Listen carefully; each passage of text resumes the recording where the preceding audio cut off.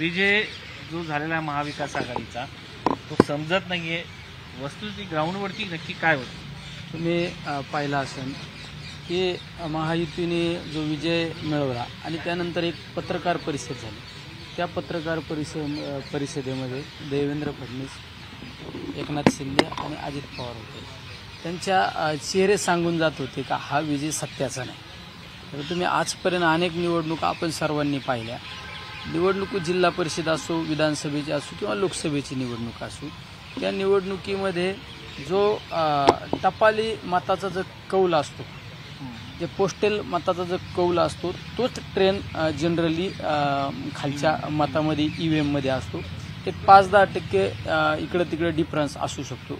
पण ज्यावेळेस अनेक तुमच्यासारख्या एजन्सीने सर्वे केला त्यावेळेस महाविकास आघाडी असो किंवा महायुतीचा सर्वे थोडा मागं पुढं एक 10-12 सीटांनी मागं पुढं दाखवला आणि त्याच पद्धतीने ट्रेन आपल्याला पोस्टल मतामध्ये पाहायला मिळाला.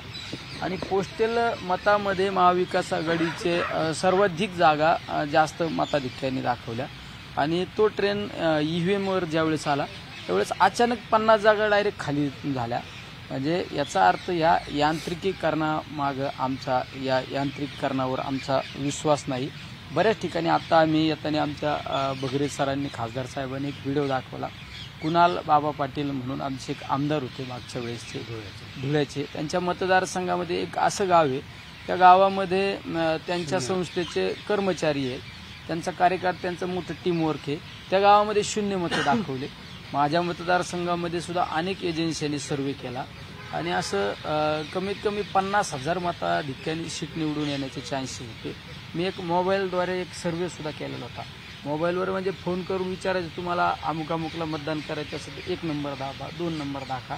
त्यामध्ये माझा आणि जो आता विजयी उमेदवार आहे त्यामध्ये 20% डिफरन्स दाखवला.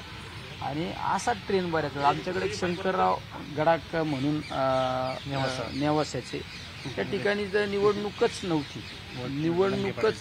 तिथं सुद्धा 10 वर्ष जो माणूस समाजामध्ये आला नाही तो माणूस तिथं निवडून आला. बाळासाहेब थोरातांचा निवडणुकीचा निकाल तर एकदम शॉकेबल होता. ज्या माणसाने 60 टर्म काढल्या, अनेक सहकार त्या मतदारसंघामध्ये उभा केला आणि सहकाराच्या माध्यमातून अनेक लोकांना त्या ठिकाणी उभा करण्याचं काम केलं. त्या ठिकाणी बाळासाहेब थोरात एका सुद्धा बूथवर पुढे आले नाही. म्हणजे असे अनेक घटनाक्रम आपल्याला या निवडणुकीमध्ये पाहायला मिळाले.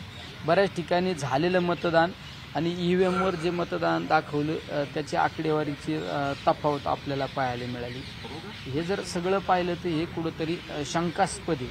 माझ्या मतदारसंघातले तर असे काही गावं आहेत जे गाव मला 1,000-1,500 मताधिक्य देणारे गाव आहेत, तिथं मला 100 मताचं लीड मिळालं. काही ठिकाणी तर पूर्णपणे गावाची गावं आमच्या विचाराचे, तिथं आम्हाला मताधिक्य नाही. अनेक ठिकाणी आज जयंत पाटील साहेबांसारखा नेता, राज्याचं नेतृत्व करणारा, जो माणूस 1 लाखाच्या फरकाने निवडून येणारा उमेदवार, ते जयंत पाटील साहेब एक 10-11 हजार मतांनी निवडून आले. असे अनेक तुम्ही पाहिलं असेल. बऱ्याच उमेदवारांची आकडेवारी जर पाहिली तर जवळजवळ सेम आकडेवारी आहे. हे सगळं जर पाहिलं तर ही निवडणूक ही शंकास्पद आहे. साहेब पुढे काय करणार? त्या EVM वरती निवडून काय करणार आता? काय करणार लोकसभेला? सगळं संशय व्यक्त झाला ना, करणार काय आता? लोकसभेच्या निवडणुकीमध्ये जो विजय खऱ्या अर्थाने जनतेने आम्हाला कौल दिला त्याचाच इफेक्ट हरियाणा असो किंवा महाराष्ट्राला बसलेला आहे. तुम्हाला असं वाटतं मॅनिप्युलेशन झालंय?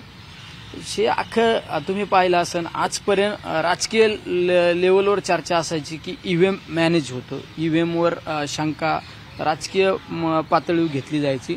पण आज सर्वसामान्य खेड्यातला माणूस सुद्धा EVM वर शंका घेतोय. या पुढची तुमची आता स्ट्रॅटेजी त्याच्यावरती काय रणनीती आहे तुमची आता? त्याला विरोधात कसं आता करणार? रणनीती आता हा खऱ्या अर्थाने जनतेने आता उठाव केला पाहिजे. एखाद्या राजकीय पार्टीने, पक्षाने उठाव करण्यापेक्षा हे सर्व जनतेने एकत्र येऊन उठाव केला पाहिजे. कारण रात्रंदिवस आपण समाजामध्ये काम करायचं, कष्ट करायचं, जनतेची सेवा करायची आणि निवडणुकीमध्ये जर असा दगाफटका होत असेल तर त्या निवडणुकामध्ये काही महत्व राहिलेलं वाटतं. लोकसभेला निकाल लागला, तुमच्या बाजूने कौल लागला आणि आता विधानसभेला विरोधात लागला. भाजप हेच म्हणतंय की मग लोकसभेला पवारांना चांगली जागा मिळाल्या, मग आता विरोध का केला जातो? नाही नाही नाही EVM चा. लोकसभेच्या निवडणुकीला जे यश मिळालं तोच खरा घात झाला ना. त्या विरोधकांना जाग आली का आता आपल्या बाजूने जनता राहिलेली नाही. आज तुम्ही पहा महाराष्ट्रामध्ये तुम्ही महाविकास आघाडीच्या सभा पहा आणि महायुतीच्या सभा पहा. महायुतीच्या नरेंद्र मोदी साहेबांच्या सभेला सुद्धा गर्दी नव्हती, हे तुम्ही चित्रीकरण केलं. अनेक सभा त्यांच्या फॉल गेल्या. आणि जर असा काय बदल होऊ शकत नाही ना, तुम्ही साधं सोपं गणित तुम्हाला सांगतो, जे टपाली मताचा जो काउंट आहे तो ट्रेंड जनरली आतापर्यंत जनरली म्हणण्यापेक्षा 100% निवडणुकांमध्ये तो ट्रेंड राहतो. पण तो कसा बदलला अचानक, ही सुद्धा शंकास्पद गोष्ट आहे. आज जर कुणाल बाबा पाटलांच्या मतदारसंघामध्ये त्यांच्या संस्थेमध्ये काम करणारे 70 लोक आहेत, तिथं त्यांचं काम कार्यकर्त्यांचा मोठा संच आहे, तिथं जर 0 मतं पडतात. एका मनसेच्या एका उमेदवाराची मी बाईट ऐकली, ते म्हणलं माझ्या घरात 6 मतं आहे आणि मला 2 मतं पडतात. अशी किती ठिकाणी पाहायला मिळालं. काही मतदारसंघामध्ये कराडला एका मतदारसंघामध्ये 1700 मतं झाली आणि 2100 मतं काउंट झाली. आमच्या नगर तालुक्यामध्ये वाळकी गावात सुद्धा मतदान कमी झालं, काउंट जास्त झाला. हे कुठंतरी हे तर सत्य घटना आहे ना. तुम्ही म्हणताय काउंट झालेला आहे, पण 1700 जो फॉर्म असतो तो फॉर्म तुमचाच जो व्ह्यू असतो तो भरून घेत असतो, बूथ प्रमुख जो असतो. हे चेकिंग करण्याचं काम तुमचा जो मतमोजणीच्या वेळी जो अधिकारी होता तुमच्या पक्षाच्या वतीने जो प्रतिनिधी त्यांचं नोकरी वाटतंय, बूथ प्रमुख. बऱ्याच ठिकाणी 1700चा फॉर्मच दिला नाही आणि काही ठिकाणी जे फॉर्म आले ते कार्यकर्त्यांचा थोडा दुर्लक्षपणा म्हणावा. शेवट कार्यकर्ता जरी 1700 फॉर्म घेत असेल तो प्रशासनावर विश्वास ठेवत असतो कार्यकर्ता. त्यामुळं हा विश्वासाचा एक दगाफटका झाला ना. पण तुमच्या नगरचेच एक विषय आहे. राम शिंदे त्यांच्या डोळ्यातून पाणी आलं, काका पुतण्यांनी हरवलं म्हणून अजितदादा आणि रोहित पवार एकत्र दगाफटका केला. तो त्यांच्या व्यक्तिगत त्यांचा विचार असू शकतो. पण मी आज ईव्हीएम आणि या गोष्टीवर महाराष्ट्राच्या सगळ्या वाटत नाही का? निवडणुकीवर बोलतो मी आज तुमच्याशी. धन्यवाद.